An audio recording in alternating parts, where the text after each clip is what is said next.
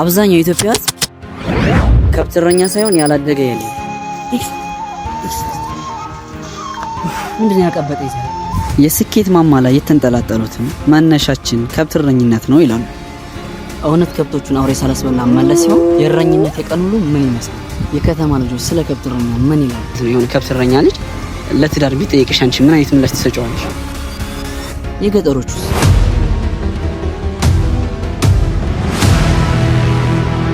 እዚህ አካባቢ ለመንቃት አላርማ ያስፈልጋቸው። ምክንያቱም እንደምታያቸው በግ፣ ፍየልና ከብቶች አሉ። ሂድዋ ይባላል። ኮበሌው ይዋሉኝ ኮበሌ በእኛ ሀገር የሚወድ ሰው የሆነ ኮበሌ ምናምን ነገር ይባላልና ከዛ አንፃር ነው ከአካባቢው አንፃር የጠራ። ሸጋው ትባላለች። የሆነች ቆንጅዬ ምናምን ነገር ናት። በጣም ደስ ስለምትለኝ ነው።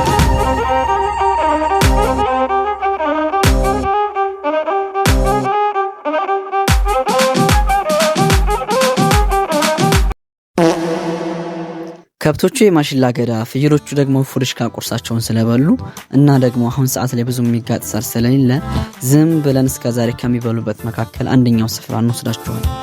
ብዙ ዛፍ ያለበት ጸጥ ያለና ቀዝቃዛ ስለሆነም ለቀረጻ ይመቸናል።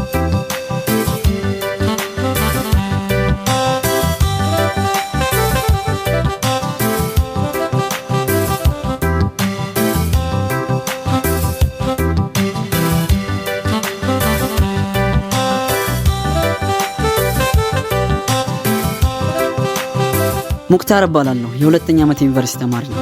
በትርፍ ጊዜም ግራፊክስ ዲዛይን እና ቪዲዮ ኤዲቲንግ እየሰራሁ እገኛለሁ። ደሴን አልፋችሁ የተወሰነ ኪሎ ሜትሮችን እንዳቋረጣችሁ ታገኛላችሁ።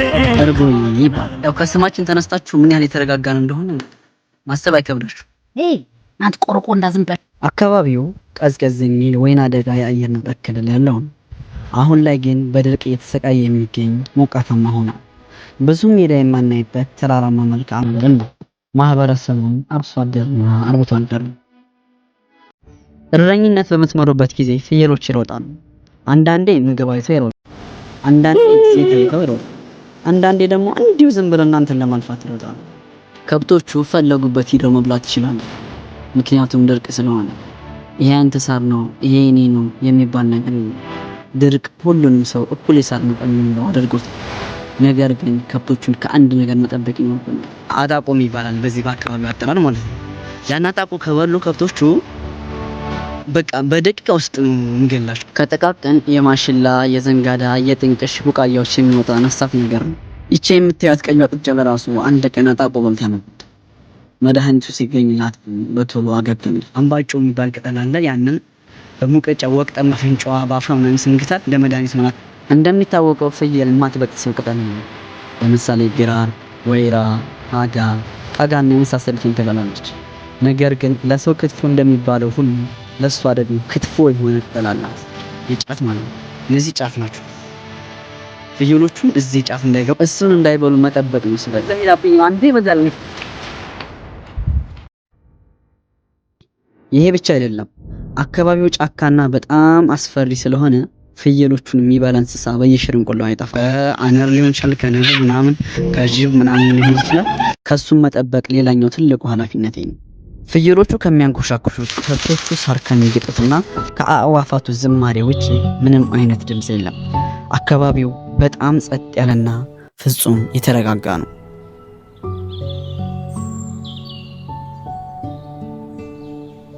ስልክ ባይኖር ሁሌ እንደዚህ ከብት ጥበቃ ቢሆን እንደዚህ አንዳንዴ ተመስጦ ለሜዲቴሽንም ሊሆን ይችላል አካባቢው።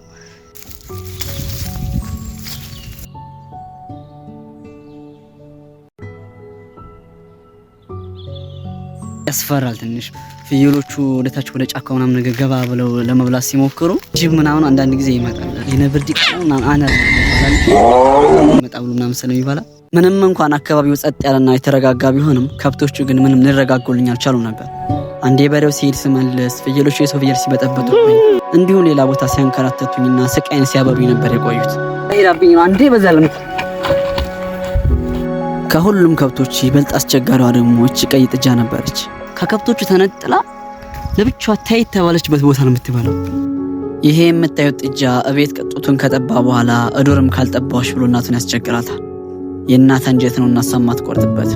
ምግቧን እየበላችን ቢሆን አቋርጣ መንገድም የሄደች ቢሆን ቆም ብላ ታጠባዋለች።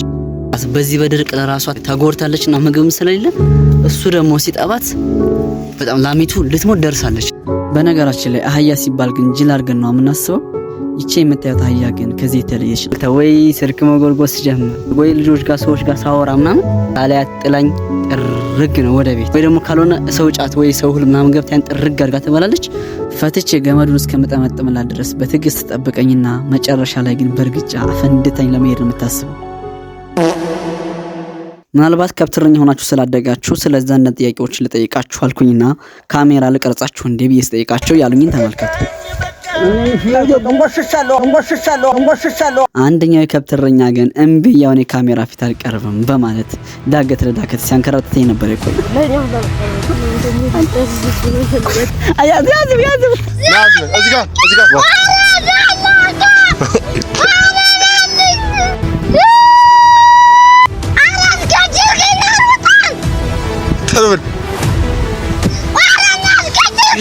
ቆም እንዳትቀሳቀስ እገላለሁ።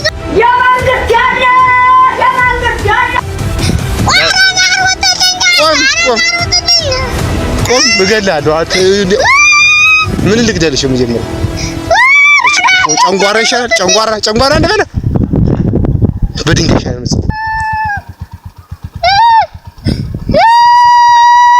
አሁን ተቀርጸሃል። ከዚህ በኋላ ትከሰሳለህ። ሄደህ መሞት ነው በቃ። ማትቀርጽ አትፈራ፣ ካሜራ አትፈራ። ለምን ነው ካሜራ መፈራ? ታይ ችግር የለውም አልፈልግም። ሌላ ጊዜ ግን እንደምን ማግባብቼ ለመቀረጽ ፍቃዱን ሰጥቶኝ። ስምን ማን ነው? ሙባረክ አለ አማር ሰይድ ነጂ ሙባረክ ምንድነው የምታወራው? ፍየሎች ማግዱ አያ ፍየል እረኝነት ህይወት ውስጥ ምንድን ያሳለፍከው ታሪክ ማድረሰው ገጠመኝ ምንድነው?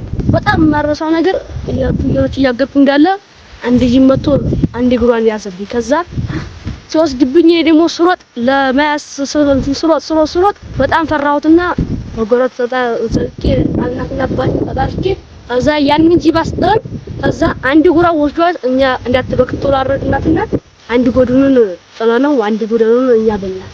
ፍየል በልቶት ያናበ የት ነው? እዛ አውስ ቀን ያደላብኝ ሲኔን የገመቁኝ ወጥ ይሄ የወላህ እንደና ያ አደጀሮኩኝ አማን በላስ ፍየሏ እሷማ ዲና ታርዲያ በላህ። ማን ነው ያዳነልህ? ሙዲ ማለት ነው። ወንዲ ደግሞ የሚገርመው አንድ ብራው ጥላርጓት አንድ ግን ጥላርጓን ነው ወሰደ እና ግማሽ ጎድኑን በላችሁት? ያው ግማሽ ጎድኑን ጥለን ግማሽ ጎድኑን በላን። ለምን ጣላችሁት? ያው ባፉ ይነኳሳል ተጠራጥረን እሱ ደግሞ ቀጥም በጋራ በእንበላው አለው። እና እስካሁን እንዴት ነው ጅብ ስታይ ምን አይነት ስሜት ይሰማል? ድመት ራሱ ብቅ ስትል በጣም ፈራ ነበር። ግን አሁን ከዛ ወዲህ አየሁ ከዛ ካየሁኝ በፊት በቃ ባይ ምንም አይሰማኝም። ለምን የዛለታ በግልጽ እንደው ሙሉ አካላቱ ቁጥ ያድርግ ስላየሁ አሁን ባይ ራሱ ምንም አይመስል። አሁን ጀግና አሁን ጣጣ ከበረለኝ ይወጣል።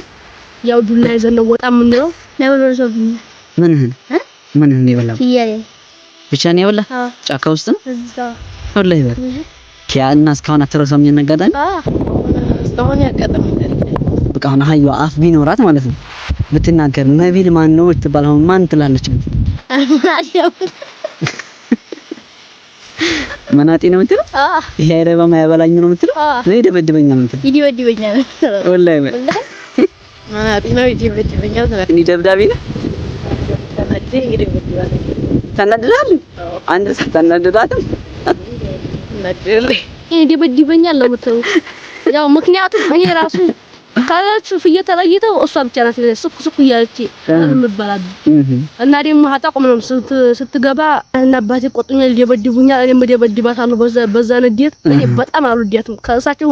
ሌሎቹም ፍየሎች ግን ፍርሽካ ምናምን ሰው ከሷ ጎዴላ አድርጌው ሰጣት እያስጠላች ማለት ነው። እያስመታች ስለሆነ በቃ ለሷ ትንሽ ያረኩ ሰጥና ሌሎቹ ይደበድበኝ መናጢ ነው በጣም ተደበድባለህ ማለት መጥፎ ሰው ነው። ሰብረህ ታውቃለህ እንዴ? በግና ፍየል ወላሂ ምን ማለት እና ቤት ምን ተባልክ? ቤትማ ልገረፍ ነበር። እናቱን ያወራው ጊዜ ተጠጣ። አይ እሺ በቃ አይዞሽ። እሺ በርቺ። አሁን አንድ ፍየል አለ ያንን በጣም ነው የምወደው። ለዛ ደግሞ ትንሽ በርካታ አድርጌ እንደ ደግሞ ጥራጥሬ ሳገኝ ለሱ ብቻውን አትበላዋል። ሌሎቹን ወዲዛ ገፈተራቸው ነው ትላሽ ማለት ነው። መናጢ ነው ብትልም ያው በስራዋ ስለሆነ ያው ከሌሎቹ ፍየል ይታፋል። ሌባቱ መሪኩ ለምዛ ስለምገባ በእረኝነት ህይወት ውስጥ ያላለፈች የኮምቦልቻ ነዋሪ ልጅ አንዳንድ ጥያቄዎች ጠይቂያት ነበር። ተስፋ ማርያም እሺ፣ አሪፍ። እረኛ ሲባል ግን ምን ታስቢያለሽ? እረኛ ማለት የሆነ መጠበቅ ነገር የሆነ ነገርን መጠበቅ እኔ እንስሳ ነገር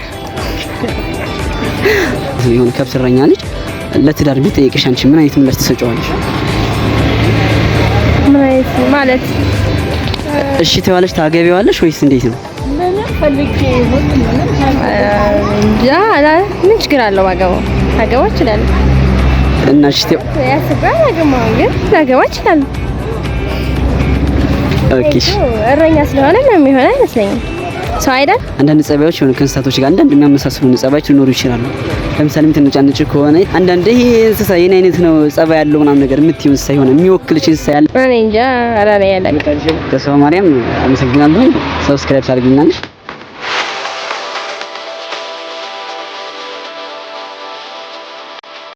አሁን ወደ ውሃ ተሄዱ። ውሃ እናጠጣኝ ሄድን ነው።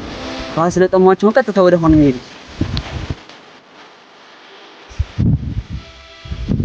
በየሰራ ነው የሚጠጡት ከብቶቹ።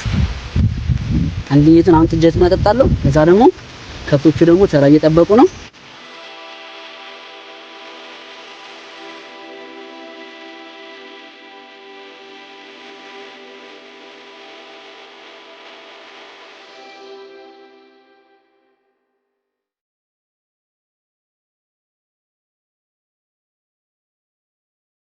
አበላልትና አሁን ወደ ቤታችን እያስገባን ነው።